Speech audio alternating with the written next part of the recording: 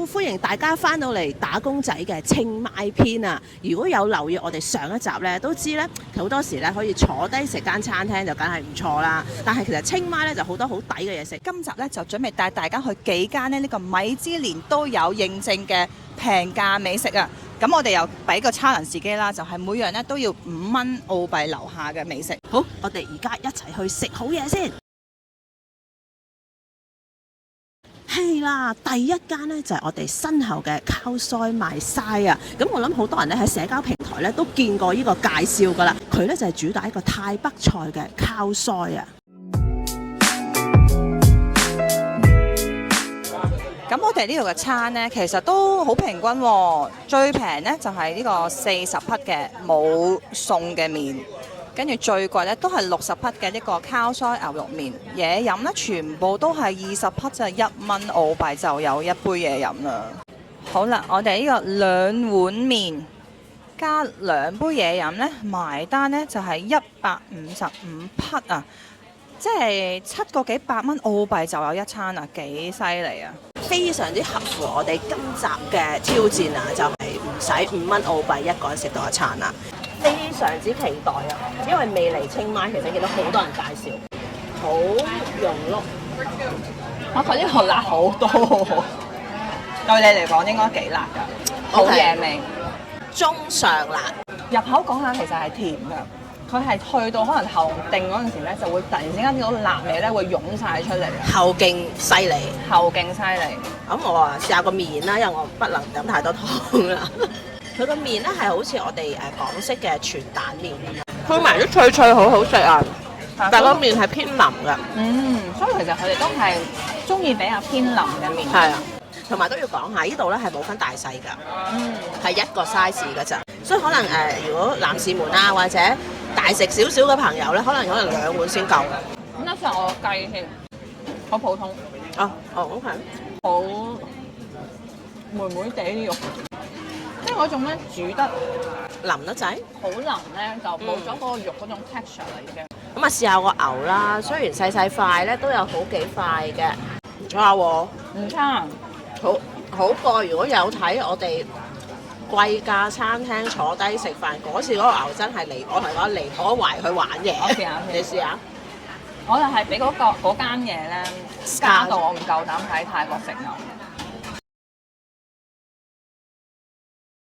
個肉咧係韌過橡筋嘅，我係韌到咬唔甩。好柴啊！好韌。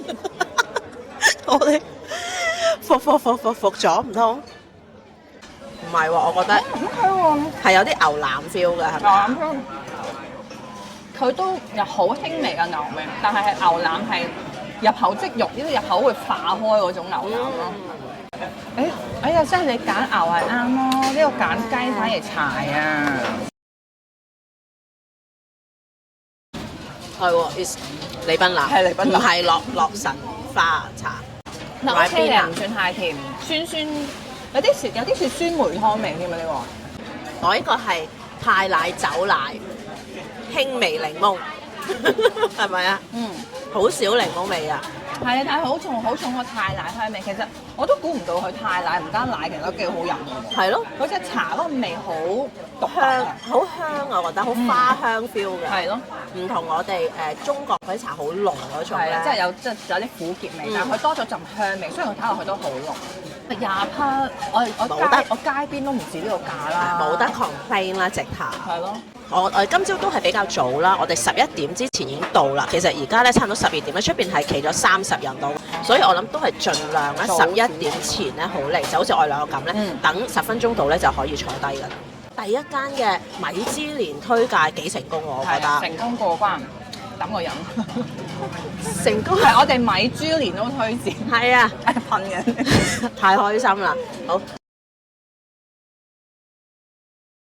我哋嚟咗個老店啊，係80年歷史啊！我見佢寫，同埋好多本地人嚟食。咁呢間就係叫林老五，就係專門食呢個魚蛋麵啊。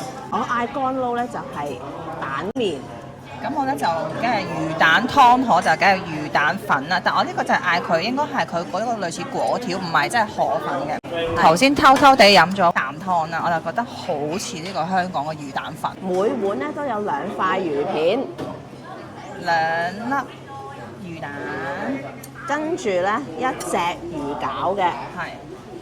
我哋加碼咧就嗌咗個炸蝦丸，有成10粒到，同埋一碟呢個菜，佢就話佢寫就係寫牽牛花菜，但我其實係通菜嚟。蝦丸好食，好蝦味。你試過湯粉先？係咪好順滑嘅感覺？我覺得佢呢個我中意呢個，佢又冇果條咁韌，即係比較韌嘅河粉咯，但係又有少少滑，幾好食。同埋佢呢個湯咧，其實比較清甜啲嘅。OK，但係唔係滾水唔係唔係好濃嘅湯，係清甜，即係比較清爽口味嘅湯嚟。魚片都唔係話特別大，亦都唔係特別細，好港式啊！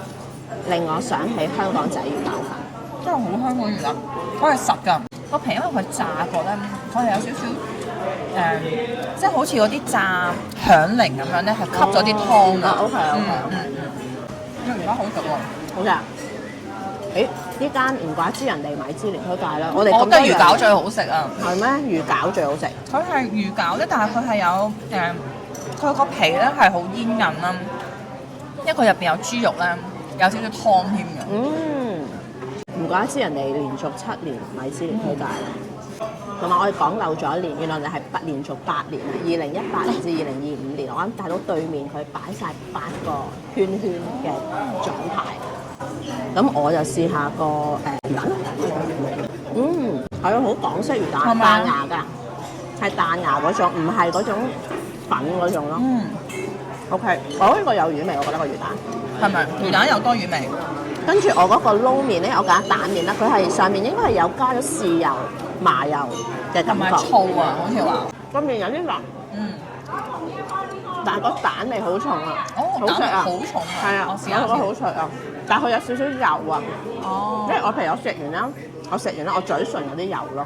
佢晏晝2點半就閂門㗎啦，所以咧，如果大家有想食咧，真係要早少少。我諗佢係做呢個早餐同午餐為主㗎。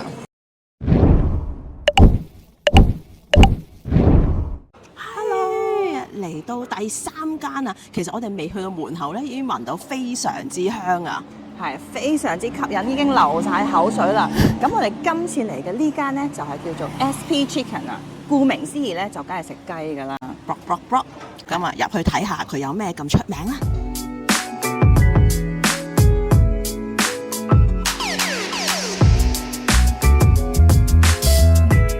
我哋係平日嚟，未夠12點咧入嚟咧，姐姐咧就會俾張紙你。咁我哋咧雖然咧唔係好識泰文，好彩我哋個位嗰度咧可以對翻號碼，就可以睇到食咩啦。哇，好香嘅雞啊！我哋可能 order 咗2分鐘都冇咧，就已經嚟咗啦。今次就係半隻雞就105克。咁點解咧？呢隻雞咧可以嚟到呢個米芝蓮推介？你唔好睇佢好似平時嘅燒雞，好似 Woolworths 嘅燒雞咁。係咯，並不是。佢咧係一個好特別嘅做法，就係咧佢唔係打橫燒嘅，佢係打直燒嘅。據講咧，打直燒嘅雞咧就可以令到佢個皮更加香脆啦，就可以肉質就更加鎖死啦。有少少乾㗎嚇，我都好坦白。呢個空位嗱，空位就最食得出佢燒得好唔好。我又試過原味添嘅，唔乾㗎，哇，唔乾㗎，佢嘅雞胸 OK 喎。嗱，我又唔可以話好濕潤，但係唔係話我覺得合格。但係佢冇我想像中咁油膩喎。但係佢個外皮係，因為佢瘦啲，所以其實佢雞皮好薄㗎。唔好嗰陣，即係其實我有時食好一陣雞肥嗰種脆皮，佢係超薄皮嘅。其實都真係好似我哋超市買到嘅燒雞，係一塊紙皮咁樣。試下佢呢個特製醬汁先，真係酸辣嘅喎。係啦，哇，好辣，好酸。呢個咧燒雞咧，頭先講105克啦，都好配合翻我哋今集嘅主題，就係5蚊澳幣。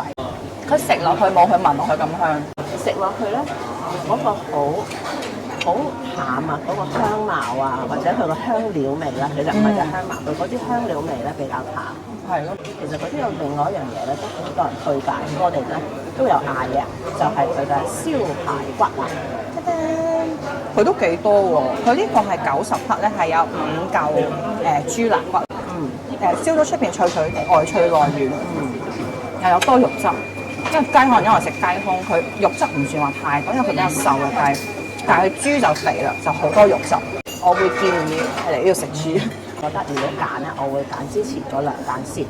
如果清邁多啲時間咧，就嚟幾間咁樣。係，雖然食咗3間，但係未完，因為其實清邁有非常之多米芝蓮推薦嘅，就唔好錯過，繼續睇埋落去啦。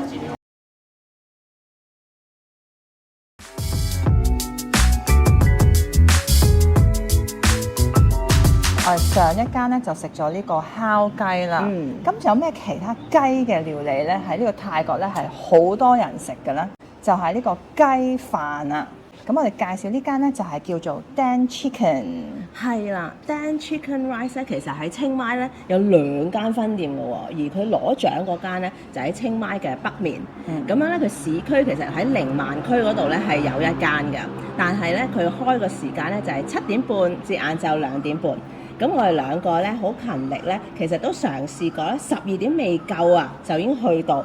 唔好話見到隻雞啊，人都唔多過，因為咧佢賣晒咧就會收鋪噶啦。所以我哋上次去咧，佢已經係收緊鋪啦。為咗唔好成日令自己咁失望，去到摸門釘咧，我哋今日咧決定咧 Grab 翻嚟食。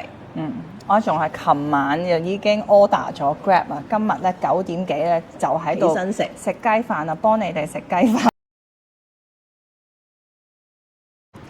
佢係有種嗰啲老雞嗰種老火湯嗰種味啊！我反而覺得佢好似香港嗰啲白切雞啊，個飯咧都係輕微嘅油飯，唔係白飯嚟嘅。我試下佢用佢呢個醬汁加個飯，哇！好正啊！好似好正喎，真係。係咪啊？佢有啲似咧，佢有啲甜麵醬底㗎。但係有少少微辣，唔算太辣呢個醬。其實蒸同炸都有成4-5嚿，咁佢個皮咧見都唔係太厚，都幾靚。OK 喎，佢唔係炸到乾晒嗰啲喎。我都試過乾嘅。佢冇乜，佢又點講咧？嗰個質感就好似係平時食你雞乾雞腎嗰種內臟嗰個質感，但係個味道唔係好重咯，我想講。即係冇嗰陣鐵鏽味，唔係話即係內臟嗰隻唔係特別重。Surprise！我呢個咧係好 creamy 喎。我都係。係啊，因為我覺得佢係煮得啱，係咪煮得啱啱好，所以佢先有種比較 creamy 啲嘅感覺咧。觀眾分享下呢間米芝蓮嘅，我哋米芝蓮都認證。唔係㗎，米芝蓮其實好 strict 㗎，我同你講啊，好揀擇食。我哋今集咧仲同大家食咗4間呢個米芝蓮推介啦，咁咧全部都係咧5蚊澳幣唔使㗎。咁你最喜歡哪一間？你會 encore 邊一間啦？我其實我覺得間間都幾值得 encore。我覺得除咗烤雞其實可以冇時間可以唔使食嘅，係。但係其實另外嗰3間我覺得都好值得 encore 喎。但係如果你話我4間一定嚟到清邁淨係可以揀一間食咧，咁我就覺得一定要食烤菜嗰間。都啱嘅，因為係泰北菜。係泰北菜，即係可能如果你曼谷你都可以食到一樣咁高質嘅雞飯啊，或者係魚蛋粉嗰啲嘅。咁但係我覺得呢個烤菜咧就真係呢個泰北特色咧，就一定要清邁嚟食咧先至係呢個最正宗嘅。咁我哋今集就到呢度啦。如果大家中意呢類型嘅影片，就記住 comment 話俾我聽。或者你哋食過邊間，想我哋去食邊間，都記得留言 like 下呢條片 share 俾啲朋友，同埋 subscribe 下我哋個 channel。如果有 subscribe 開嘅就多謝晒。好啦，我哋下集再見，拜拜。如果你哋中意我哋嘅影片，又想睇下兩位打工仔有咩搞作，就記得 CLSS comment like share 同 subscribe 啦，記得支持我哋啊！